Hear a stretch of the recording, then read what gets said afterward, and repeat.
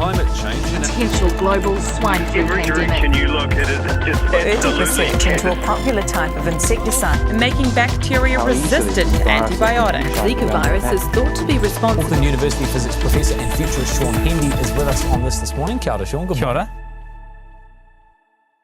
Journalists, they're not scientists, so a lot of times we need all the help that we can get.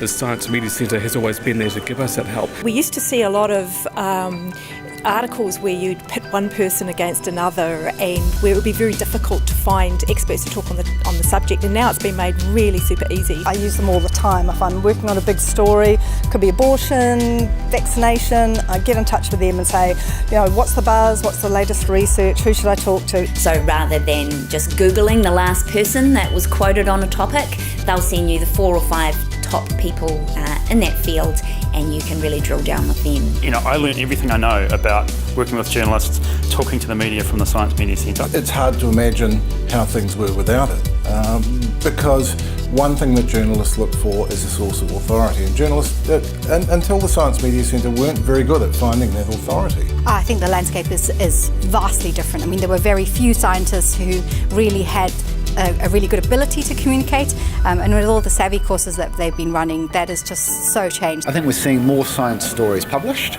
and we're talking more often to more scientists and getting a better range of perspectives. So in the past, when I got a message from a media person, I would have ducked and run.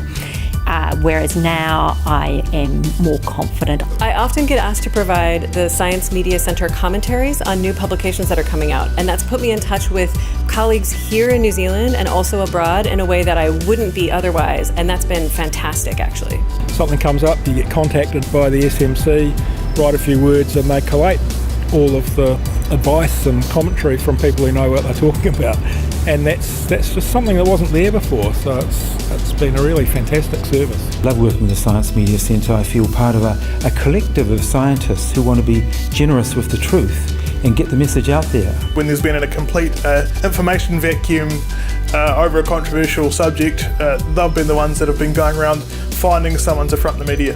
I think it's been a tremendous asset for scientists and for science communication in New Zealand.